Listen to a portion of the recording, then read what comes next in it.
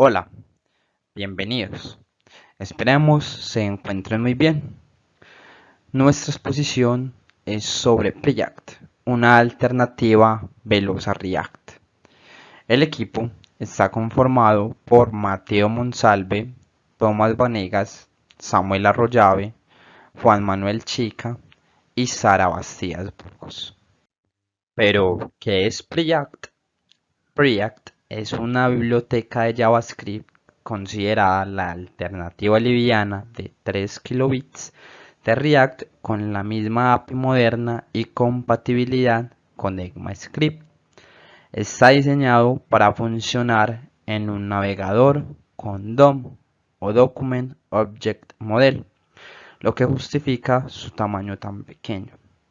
Además, supera en velocidad e implementa el DOM virtual como otros marcos de JavaScript, por ejemplo, React. Uno de los problemas que soluciona React es que la mayoría de los frameworks de interfaz gráfica y usuario son suficientemente grandes como para ser la mayor parte del tamaño del JavaScript de una aplicación. Sin embargo, en React es distinto. Nuestro paradigma cambia, ya que React es lo suficientemente pequeño como para que tu código sea la parte más pesada de la aplicación. Esto significa menos JavaScript para descargar, interpretar y ejecutar, dejando más tiempo para realmente el código de la aplicación y para que se pueda construir la experiencia que se defina y se quiera dar. Por otro lado, muchos se preguntarán qué es ECMAScript. Pues ECMAScript es un estándar para los lenguajes de programación desarrollado por ECMA Organization.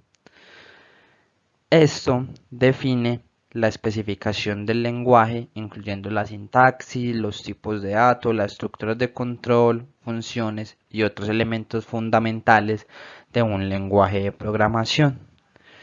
Las nuevas versiones de ECMAScript implementan métodos nuevos y herramientas como las arrow functions, las promesas, el await para la programación asincrónica, los split operations, el declarar el tipo de variable con let y cons, entre muchas otras características. Por otro lado, el DOM o el Document Object Model es básicamente una representación estructurada de un documento HTML o XML que JavaScript puede entender y manipular. Imaginen que el DOM es como una versión en código de la página web que se está viendo, donde cada elemento, como un párrafo, un encabezado, una imagen, es decir, una etiqueta, es un objeto que JavaScript puede acceder, modificar y eliminar. En la parte superior de la imagen tenemos un código en HTML definido con su etiqueta doctype, HTML, su cuerpo, su cabeza. Ahora, cuando este documento HTML se carga en el navegador, crea una representación del mismo llamada DOM. En el DOM, cada elemento HTML es un nodo y estos nodos están organizados en una estructura de árbol que refleja la jerarquía del documento HTML. Por ejemplo, en este código que podemos visualizar en la parte superior derecha, el nodo raíz es HTML, que tiene nodos hijos como head y body, y así sucesivamente. Head tiene sus nodos hijos y body tiene los suyos. Cada nodo representa un objeto que JavaScript puede acceder, manipular y eliminar. Ahora, por ejemplo, si se quiere acceder al título H1 y cambiar su contenido con JavaScript, podemos hacerlo utilizando mediante el DOM, es decir, mediante esta representación basada en objetos. Aquí, en la parte inferior derecha, hay un código de JavaScript que nos ejemplifica esto. Y es que al DOM nosotros mediante JavaScript accedemos bajo la palabra clave document. Por ejemplo, en esto decimos que estamos creando la variable título y la vamos a obtener. El contenido de esta variable será el elemento HTML de nuestra página que tenga como ID título.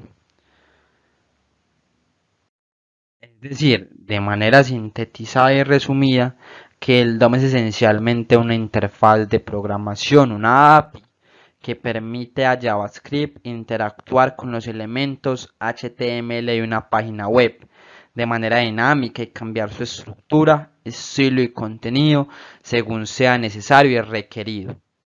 Algunos casos de éxito en los que las empresas y el mercado ha utilizado esta librería ligera y eficiente de JavaScript son empresas como Domino's Pizza, Lyft, Uber y Financial Times. Ahora entenderemos que es una PWA, la cual viene de las siglas Progressive Web App o aplicaciones web progresivas.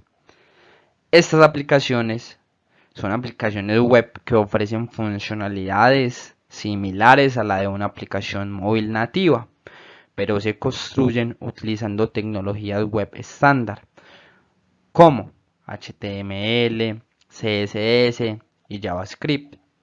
La característica principal de las PWA es su capacidad para funcionar de manera confiable en cualquier plataforma o dispositivo que admita navegadores web modernos, es decir, se desligan de un sistema operativo. Algunas de las características claves de las PWA incluyen capacidad de trabajo sin conexión, ya que las PWA pueden funcionar incluso cuando un dispositivo no está conectado a internet, utilizando el almacenamiento en caché de recursos. Segundo es la capacidad de instalación, ya que los usuarios pueden instalar una PWA en su dispositivo, lo que crea un acceso directo en la pantalla de inicio y proporciona una experiencia similar a la de una aplicación nativa. Además, la respuesta y rendimiento rápido es que las PWA suelen tener rápidas y ser muy receptivas, lo que mejora la experiencia de usuario o el user experience, especialmente en los dispositivos móviles. Asimismo, como cuarto ítem importante es que las PWA se actualizan automáticamente, lo que garantiza que los usuarios siempre tengan acceso a la versión más reciente de la aplicación, con las mejoras, las correcciones de errores, es decir, esto permite un mejor aseguramiento de la calidad en el software. Asimismo, como quinto ítem, es que al utilizar HTTPS, la PWA ofrece un alto nivel de seguridad, lo que protege tanto a los usuarios como a los datos de la aplicación de la empresa. Es decir, la popularidad de las PWA ha radicado en que éstas ofrecen la capacidad de ofrecer una experiencia de usuario sólida y consistente en múltiples plataformas, eliminando la necesidad de desarrollar aplicaciones separadas para cada sistema operativo móvil, como uno para iOS, uno para Android y otro para, por ejemplo, Huawei. Esto las hace una opción mucho más atractivas para las empresas y los desarrolladores que buscan llegar a una audiencia mucho más amplia, con un menor esfuerzo de desarrollo y mantenimiento, sin embargo, con un mayor impacto. Ahora bien, ¿por qué Preact? Preact es la mejor opción si le preocupa el rendimiento, la velocidad y el tamaño de una aplicación. Se utiliza principalmente para crear aplicaciones web progresivas, como lo leíamos anteriormente.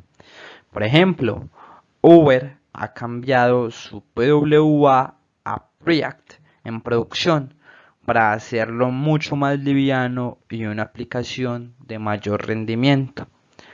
Aparte de esto, React es una biblioteca muy pequeña que no exige un esfuerzo adicional para aprender. Además, su similitud y compatibilidad con React la convierte en una biblioteca fácil de usar con el paquete de React existente, con algunos alias, es decir, utilizando un componente que se conoce más adelante como React Compact. Ahora bien, algunas ventajas de React es que es muy rápido y liviano, el cual es el énfasis que se pretende dar con esta librería. Es que Preact tiene un tamaño de solo 3.5 kilobits y se procesa rápidamente en el navegador, lo que convierte en el mejor marco para crear aplicaciones livianas y de alto rendimiento. Cabe destacar que en el navegador, al utilizar una librería o un framework como React, el framework en sí solo pesará aproximadamente más de 30 kilobits, es decir, React pesa 10 veces menos que la librería React original. Asimismo, React es altamente compatible con la API de React y admite el mismo ECMAScript estándar que se mencionó al inicio de la presentación, lo que lo hace suficientemente eficiente como para integrarse con un proyecto de React existente para mejorar el rendimiento. Asimismo, esta librería posee una buena documentación, lo que simplifica la curva de aprendizaje si se parte de un aprendizaje basado en conocimientos de React. Además de que tiene una gran comunidad con muchos colaboradores listos para corregir y proporcionar ayudas, solucionar errores, entre otros. Además, Preact tiene una poderosa Command Line Interface que ayuda a los desarrolladores a crear una PWA, que como ya hemos visto es uno de los objetivos y principales características de Preact en unos segundos sin configurar Webpack, Babel, Tercer, entre otros. Por último, Preact posee un paquete llamado Preact Compact para ofrecer 100% de compatibilidad. Permitió a los desarrolladores utilizar bibliotecas de React con Preact al mismo tiempo para escribir código React DOM sin realizar ningún cambio en el flujo de trabajo y la base del código. Por último, una comparativa minimalista y pequeña entre React y Preact es que en primer lugar el tamaño de la aplicación. Preact es muchísimo más pequeño que React.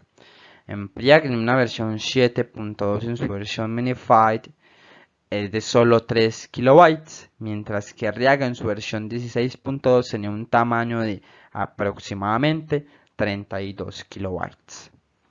El renderizado. Las aplicaciones de React tardan mucho en cargarse en un primer momento, ya que recordemos que están diseñadas para crear una single page application, lo que hace que el proceso de renderizado sea lento y complejo. Sin embargo, React tiene un proceso de renderizado supremamente rápido y eficiente. En el manejo de eventos, React implementa su propio sistema de eventos sintéticos, lo cual es implementar, abstraer y normalizar un evento de JavaScript mediante este DOM, el cual se utiliza comúnmente con un Add Event Listener. Lo que hace React es utilizar un evento sintético y modelarlo mediante un componente o mediante un objeto. Es decir, React se desliga de los eventos de JavaScript nativos y los adapta para que sean más poderosos. Sin embargo, Preact no tiene estos eventos sintéticos. En su lugar, utiliza el Add Event Listener tradicional del navegador para obtener además beneficios de rendimiento y tamaño. Por último, el uso de JSX y JavaScript o JavaScript and XML y HTML. Con Preact puede usar atributos HTML antiguos, ya que no presiona a JSX para utilizar estos. Es decir, atributos como class y for se pueden utilizar en Preact, lo que no pasaba en React, sino que se utilizaba el HTML class y el HTML for.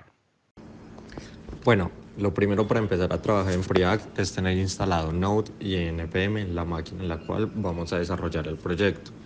En caso de que no, la instalación es muy simple. Solo debemos ir a Node, descargar el instalador, ejecutarlo, seguir las instrucciones. Y cuando se haya completado la instalación, verificamos que Node.js y npm se hayan instalado correctamente desde la terminal. Se verifica de una forma muy sencilla. Podemos copiar el siguiente comando de npm para verificar su versión, y para Node podemos hacer lo mismo, o en la V podemos copiar la palabra completa, que sería versión. Ahora utilizamos el siguiente comando: npm install preact CLI. El "-g" sería para instalarlo globalmente. Ejecutar esto en la terminal, nos empieza la descarga. El CLI sería la interfaz de línea de comandos. Es una herramienta de Preact que nos facilita la creación y la gestión de proyectos. Aunque Preact no es una reimplementación o una versión alternativa a React, muchos hablan de él como una versión ligera o una alternativa liviana. Y Preact CLI, como mencioné, nos da estas herramientas y los comandos para simplificar el desarrollo en Preact. Una vez instalado, esto nos permite tener un nuevo comando en la terminal llamado Preact. Con él podemos crear las aplicaciones ejecutando Preact create, default y el nombre del proyecto. En este caso, un nombre muy original que sería Expo Preact. La opción default en el comando se refiere a una plantilla base predeterminada que tiene Preact, que nos da una configuración mínima para empezar a construir la aplicación. También, además de esta, está la opción Simple, que es más básica que la default. Sigue siendo una configuración mínima, pero sin ciertas características. Por ejemplo, la predeterminada puede tener unas configuraciones más avanzadas de Webpack, de Babel, o ciertas opciones de renderizado, o unas características de enrutamiento extras. Y así con múltiples opciones que nos permite Preact. O por ejemplo, también está la opción Full, que sería una plantilla que incluye una configuración más completa con unas opciones adicionales y funcionalidades habilitadas. Una vez se ha creado el proyecto, nos dan las instrucciones de lo que debemos hacer. Para empezar, debemos entrar a la carpeta con cd, el nombre del proyecto, en este caso Export Preact, y podemos ejecutar el servidor de desarrollo con npm run dev.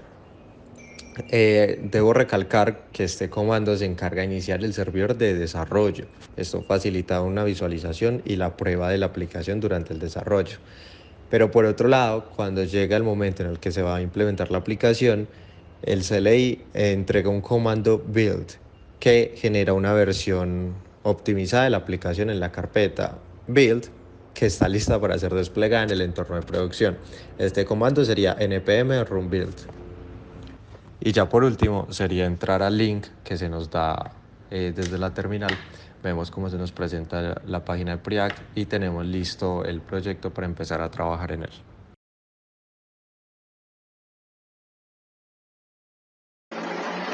Vale, a continuación vamos a hablar de los componentes de Preact. Los componentes representan como el elemento más básico que tiene Preact. Fundamentan para la creación de UIs complejas a partir de pequeños bloques de construcción. También son los responsables de acoplar el estado hacia nuestra salida como renderizada. Existen dos tipos de componentes en Preact: los componentes funcionales y los componentes de clase. Para los componentes funcionales, estos son los simples que reciben como props como su primer argumento. Es muy importante que la función tiene que comenzar con una letra mayúscula para que pueda funcionar en JSX. Vale. En este código se ilustra cómo más o menos definir y utilizar un componente funcional simple en Preact o en React, con mínimas diferencias principalmente en cómo se importan las librerías y se maneja el renderizado final. Bueno, tenemos aquí a function myComponentProps, que viene a ser myComponent. Es un componente funcional que son funciones como de JavaScript que aceptan un solo argumento, en este caso que viene a ser el props, y devuelven un elemento que es React o Preact. En este caso, el props es un objeto que contiene como todas las propiedades que pueden pasar al componente. Dentro del componente se utiliza props name para acceder a la propiedad name pasada a myComponent. Luego de esto, el valor se incrusta dentro del elemento div que forma el contenido del componente. La expresión props name es una extensión de sintaxis de JavaScript recomendada por React y también que se utiliza para Preact y que produce ambos elementos.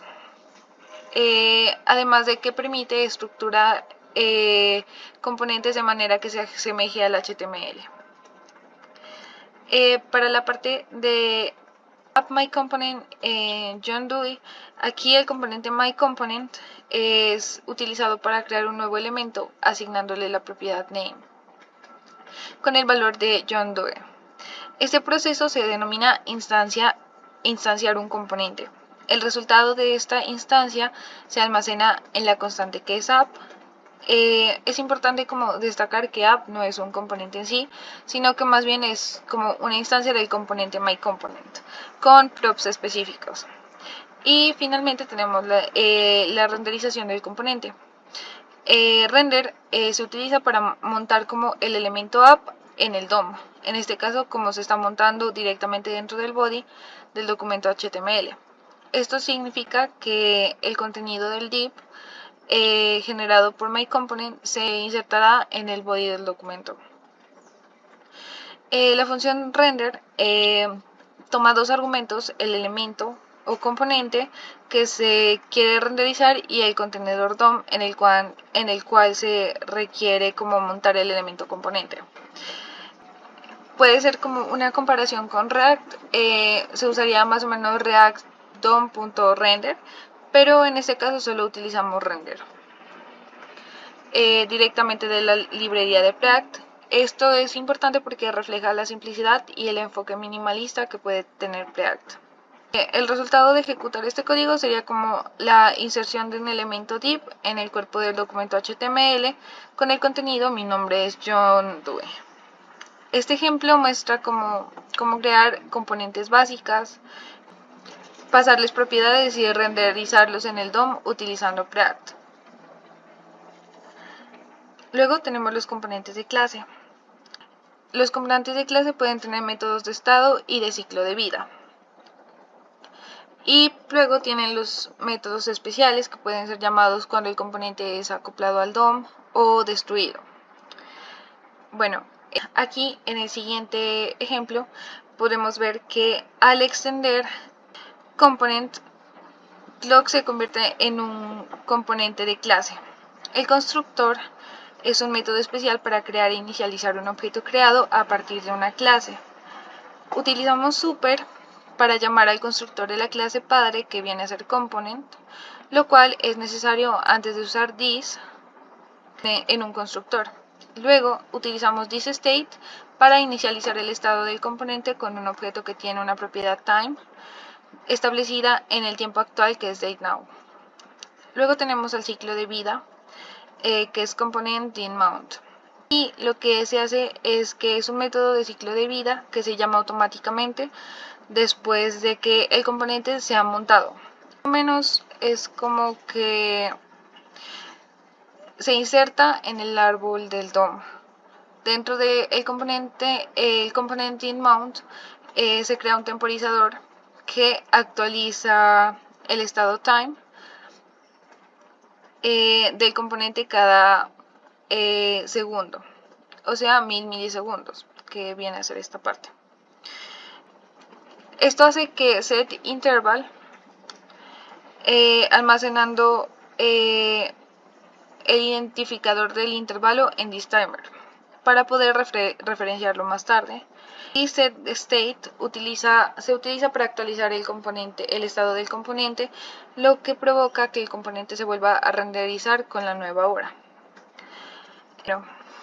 Luego tenemos el ciclo de vida, que es componentWillUnMount, y es un método que se usa para llamar justo antes de que el componente sea desmontado y destruido. Aquí se limpia como el temporizador usando clear interval, pasando el identificador del intervalo, que es thisTimer. Y por último tenemos el renderizado del componente.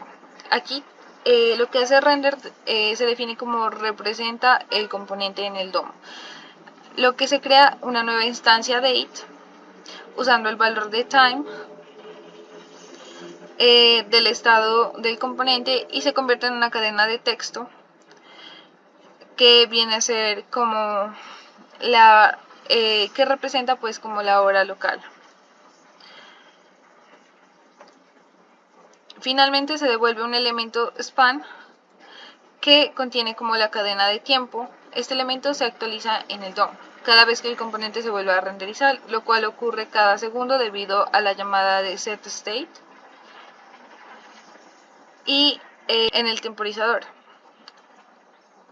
Luego, este componente clock es un ejemplo como clásico que demuestra el manejo del estado, los ciclos de vida de los componentes y cómo interactuar con APIs del navegador como setInterval y clearInterval en React o también en Preact.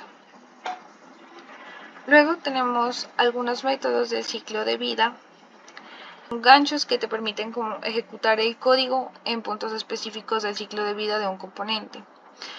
Esto te da control sobre lo que sucede cuando un componente se monta, se actualiza o desmonta, entre otros eventos que puedan ocurrir. A continuación voy a explicar algunos de ellos con los métodos del ciclo de vida mencionados anteriormente y cómo se relacionan con el ejemplo del componente clock que pues anteriormente se venía hablando. Bueno, tenemos component will mount. Este es obsoleto. Era llamado justo antes como de montar el componente en el DOM.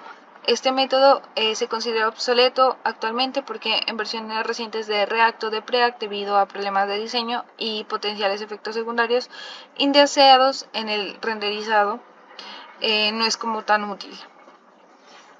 Luego tenemos a component did mount. Se llama inmediatamente después de que el componente sea montado en el DOM. Es útil para iniciar operaciones como solicitudes de datos, establecer temporizadores o suscripciones. En el caso del componente clock, se utiliza como para iniciar un temporizador que actualiza el estado cada segundo.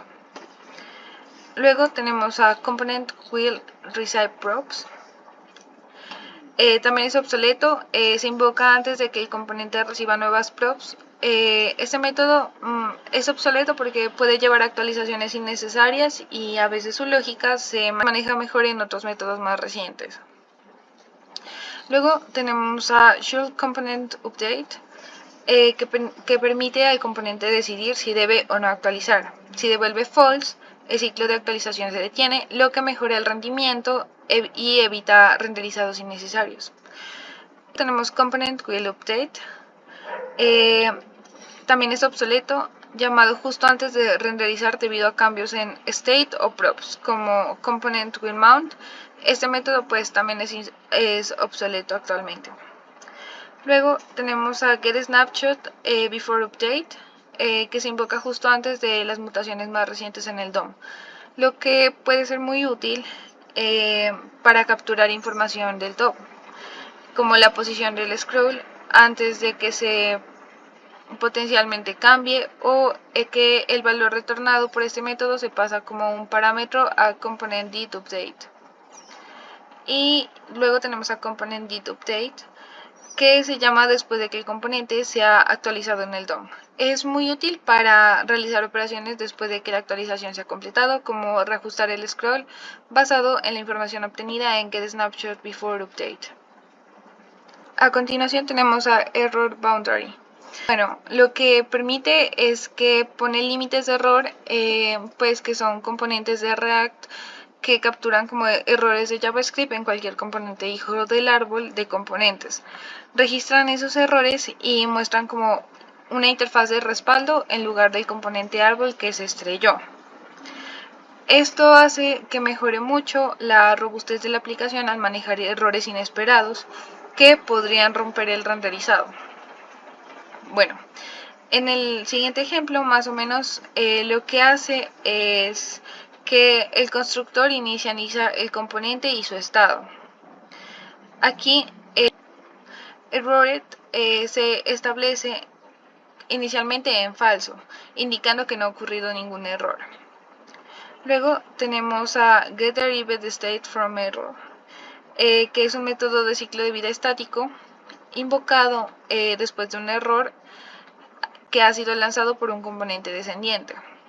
Este método lo que hace es como permitirnos actualizar el estado del componente en respuesta al error, para que el componente pueda renderizarse con una UI de respaldo.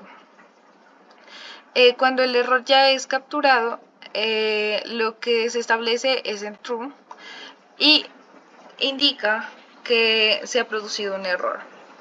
Luego tenemos a componentDidCatch, que es un método del ciclo de vida que se invoca después de que un error ha sido lanzado por un componente descendiente. Bueno, lo que hace es que recibe dos argumentos que vienen a ser error, que es el error lanzado, y también tenemos errorinfo, que es un objeto con información adicional sobre el error. Aquí se utiliza para ejecutar lógica adicional que cuando se capture el error, como enviar el error a un servicio de reporte. En este caso, Error Reporting Service. Es útil, es muy útil para la monitorización y el análisis de errores de producción. Finalmente tenemos a Render, que lo que hace es mostrarnos en la UI, bueno, si errored es true, lo que significa que se ha capturado un error, se muestra un mensaje de error genérico, como algo salió mal. Y si no hay ningún error, renderiza sus elementos hijos normalmente, que son los prop_children, actuando como un contenedor que no altera el renderizado de sus hijos a menos que ocurra un error. Lo que hace prop_children es una referencia a cualquier elemento o componente que se ponga dentro de las etiquetas de apertura y cierre de error boundary en el JSX donde se utilice. Y a continuación tenemos los fragmentos. Entonces los fragmentos lo que hacen es permitirnos retornar múltiples elementos a la vez. Deben tener un único elemento raíz y frecuentemente se pueden encontrar en combinaciones con listas, tablas o con un CSS Flexbox, donde cualquier elemento intermedio podría afectar los estilos. Vale. Para agrupar la lista de hijos sin agregar nodos extra al DOM, veremos un ejemplo a continuación y cómo renderizar componentes en una aplicación de Preact. Vale, primero importamos fragment y render. Lo que fragment nos permite es agrupar una lista de elementos hijos sin añadir un nodo adicional al árbol del DOM. Esto es muy útil cuando se quiere como retornar múltiples elementos desde un componente. Luego tenemos render, que es la función que se utiliza para montar un elemento de Preact en el DOM. Vale, la función todoItems. Lo que hace es que retorna tres elementos li envueltos en un fragment. Pues lo que hace el fragment aquí es que permite que los elementos se agrupen juntos como el retorno de un solo componente, sin tener que envolverlos dentro de un contenedor div o UL, que podría interferir con la estructura deseada como del documento. Luego tenemos const_app, lo que define app, que simplemente es como una expresión de JSX que representa un componente que incluye un UL con el componente todoItems y otro elemento li. Al usar todoItems dentro de un UL, los elementos de li definidos dentro de todoItems se insertan directamente en la lista, seguidos por otro elemento li con el contenido de. Vale, y luego tenemos la línea de renderización que utiliza la función render para montar el componente app en el DOM, y container debe ser como una referencia al elemento del DOM donde quieras que se monte la aplicación Preact. Típicamente pues como se obtiene con document.getElementById o con un método similar. Vale, este es el resultado. de renderizar la app. Es como una lista no ordenada con 4 elementos y se describe en el comentario del código. Lo que hace Fragment es que nos ha permitido incluir los 3 primeros elementos de la lista definidos en todo ítems directamente dentro del UL, sin añadir un contenedor extra alrededor de ellos, manteniendo como la estructura HTML limpia y semánticamente correcta. Vale. Para la siguiente parte es también un ejemplo en donde Fragment es explícitamente importado desde React o desde Preact y se utiliza para envolver contenido. Es muy útil cuando se necesita como pasar props al fragment, como una key en una lista de elementos. Sin embargo, en la mayoría de los casos los fragmentos no necesitan props. Vale, esta es la forma como abreviada de escribir un fragmento. No requiere como importar directamente Fragment explícitamente desde React o desde Preact. Es como más limpia y preferida para los casos de uso como más comunes, donde simplemente necesitas agrupar elementos sin pasar props al contenedor. Y a continuación tenemos pues como la parte de Function Glossary, que es un componente funcional en React o Preact que acepta props y devuelve una lista de definiciones de uno. Basada en los ítems proporcionados a través de props, cada ítem se espera que tenga como un ID, un term y una description. Usar un fragment con una key es una técnica avanzada para casos donde necesitas como agrupar múltiples elementos sin un contenedor adicional, pero aún así mantener como una lista eficiente e identificable para el algoritmo reconciliación de React o de Preact. Bueno, esto lo pueden encontrar dentro de la página de Preact directamente como sus componentes. Hola, ahora vamos a ver cómo podemos migrar un proyecto de React a PReact utilizando la librería de PReact Compat, la cual nos da el framework con la cual podemos migrar efectivamente un proyecto de React a PReact casi sin realizar ninguna modificación. Lo primero que tenemos que hacer es instalar nuestra librería, para eso utilizamos npm install preact compat. Y una vez termine de instalarse, vamos a continuar. Ahora que tenemos instalada esta librería, lo que tenemos que hacer es pasar a modificar nuestro package.json. Uno de los procesos que vamos a hacer es el llamado aliasing, en el cual le vamos a decir a Node que cuando estemos importando React, digamos aquí en este caso, realmente vamos a estar utilizando preact compat. Así que vamos a volver aquí a nuestro package.json y vamos a proceder a modificarlo para que efectivamente pues funcione con preact. Lo primero que tenemos que hacer es, como dije anteriormente, modificar las dependencias para hacer este aliasing. Entonces actualmente pues podemos ver que tenemos las librerías de React, entonces React, React DOM, React Script y las librerías de Preact, pero esas no las vamos a utilizar. Entonces vamos a proceder a cambiar nuestras dependencias a preact. Entonces tenemos nuestro preact compat, que es la base, el preact compat, el render to string. Bueno, aquí tenemos dos veces esto, vamos a dejar solo una. Y finalmente tenemos el aliasing. Entonces estamos diciendo que React y React DOM realmente son preact compat, ¿cierto? Nuestro siguiente paso es cambiar esta parte de sLint config y vamos a decirle que ya no es React App, sino que es preact. Bueno, aquí ahora vamos a modificar los scripts porque ya no vamos a utilizar los preact scripts. De hecho, esa era una dependencia y la acabamos de borrar. Tenemos que utilizar los scripts que tenemos de preact, que vienen de preact CLI. Así que vamos a modificarlos y aquí tenemos los scripts que vamos a utilizar en preact. Aquí ya tenemos listo nuestro package.json para que funcione correctamente.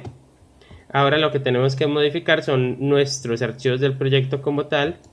esta primera parte, que es como tal nuestra aplicación, no hay que hacerle ninguna modificación porque, como dijimos anteriormente, con el proceso de aliasing, cuando estemos importando React, realmente él por dentro está importando PReact y utilizando estas, pues importando todas las dependencias que tiene.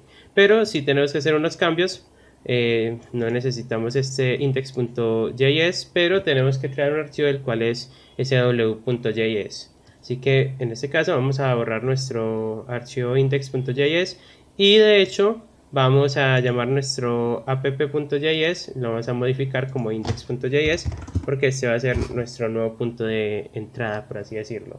Entonces ahora lo que tenemos que hacer es crear nuestro archivo sw.js. Entonces vamos a crearlo aquí. Bueno, y este archivo lo que va a hacer es manejar toda la parte de las rutas. Entonces aquí ya tengo un código el cual el cual es el que tenemos que usar. Y como vemos, este archivo, que es como tal nuestra aplicación, no le hicimos ninguna modificación, sigue siendo el mismo código que teníamos perdón, con React.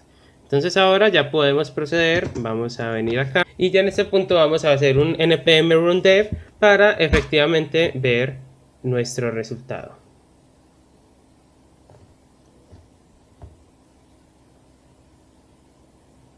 Bueno, entonces vamos a proceder a abrir.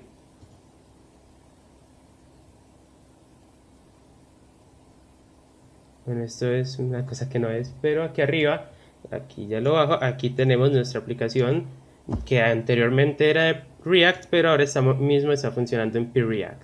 Así que vamos digamos, aquí si le damos aquí, vemos que efectivamente está funcionando el código como debería. Y aquí tenemos nuestro proyecto migrado de PReact a React. Buenas noches. A continuación les voy a mostrar cómo crear un proyecto utilizando Preact y Node.js, cómo compilarlo con Node.js. Y para esto voy a usar Byte y Visual Studio Code y obviamente Node.js. Primero en la terminal vamos a asegurarnos que tengamos instalado Node.js. Eh, Ahora vamos a instalar Byte. Esto lo voy a instalar en mi escritorio con este comando.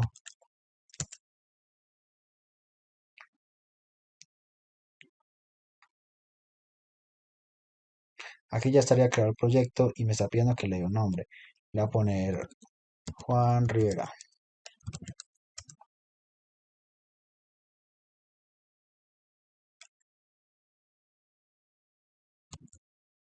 Ahora me pide que escoja un framework. Voy a escoger Preact y JavaScript. Ahora voy a ingresar a este proyecto, que es Juan Rivera. Aquí en el proyecto voy a correr Visual Studio Code para que vean las carpetas del proyecto.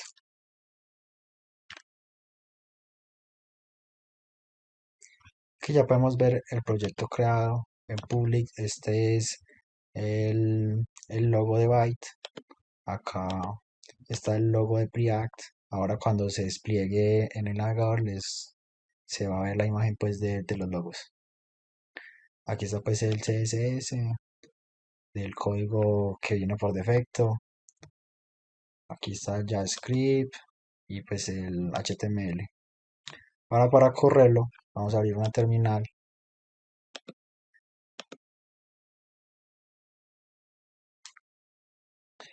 En la terminal escribiremos npm install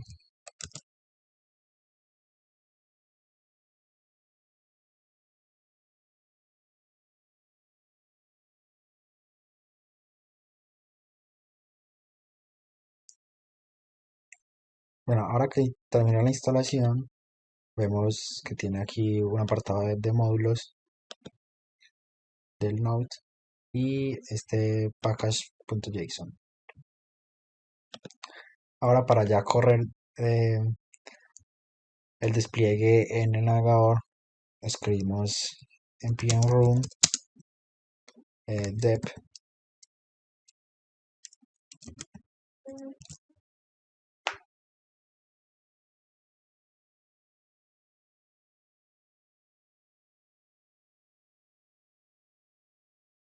Simplemente copiamos este código, este link, lo abrimos en el navegador y ya aquí tendríamos nuestro proyecto de Preact abierto desplegado y podemos aquí esto es un contador, estos son los logos que redirigen a las páginas de Preact y de Byte. Ahora, acá en el código, en, en en el JavaScript podemos editar el código y guardar el cambio y se ha reflejado automáticamente en la página. Los cambios quedan automáticos y muy rápidos.